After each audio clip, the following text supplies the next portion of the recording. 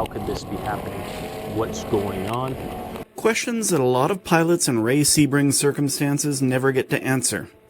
Hello everyone, this is Russ Niles with a special AVweb report on the crash, and more importantly, the cause of the crash of the Maverick, the world's only operational flying car, in early May in Vernon, British Columbia.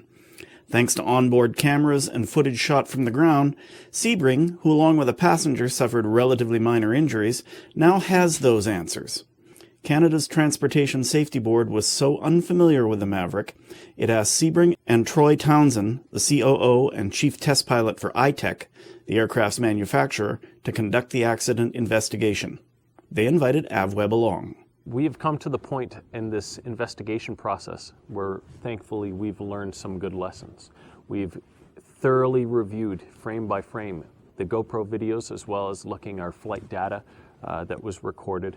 We're fortunate to have that capability because each of our flights are significant. It's not that often that there's a flying car out.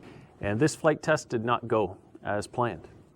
So looking at all of our footage, we found several contributing factors that pointed towards a cumulative effect that deteriorated our flight capability. One of the first components that created this cumulative effect resulting in this accident was an aft center of gravity that was outside of our envelope. And that was determined by our fly arm being set far forward than what was required for our flight. So because of that, we had a nose-high attitude. And that nose-high attitude resulted in a much greater power requirement for all phases of flight. And the second component that we looked at, and thankfully because of our footage we were able to find, was a pressure knot in one of our lines. And pressure knot would be a snag or where one of our lines has gotten entangled amongst itself through a loop or some component that causes a dissymmetry in the wing. So there's a portion of the wing that is pulled down greater relative to another. So to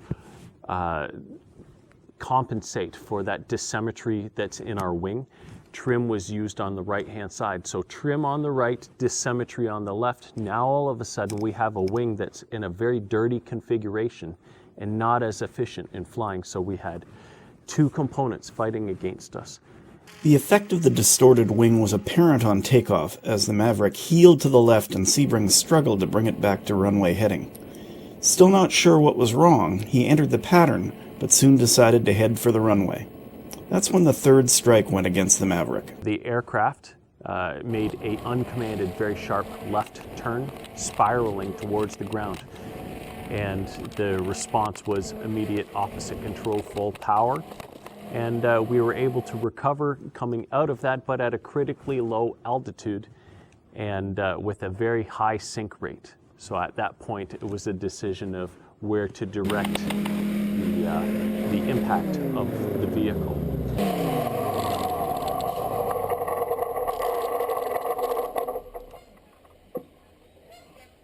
Now, it's not often the onboard cameras survive the crash to record the rescue, but the GoPros kept going as Sebring's passenger, his uncle Ed Hasdick, pulled himself free. Within a few seconds of the crash, witnesses were on the scene to help pull Sebring from the wreckage. Yes, someone please help me get out of this. Yeah, okay. In case there's a fuel leak. Okay. Can you move? Just pull me straight. So which way does the seat come back? The seat does not come back. Oh. Okay. Okay, I'm gonna get you out.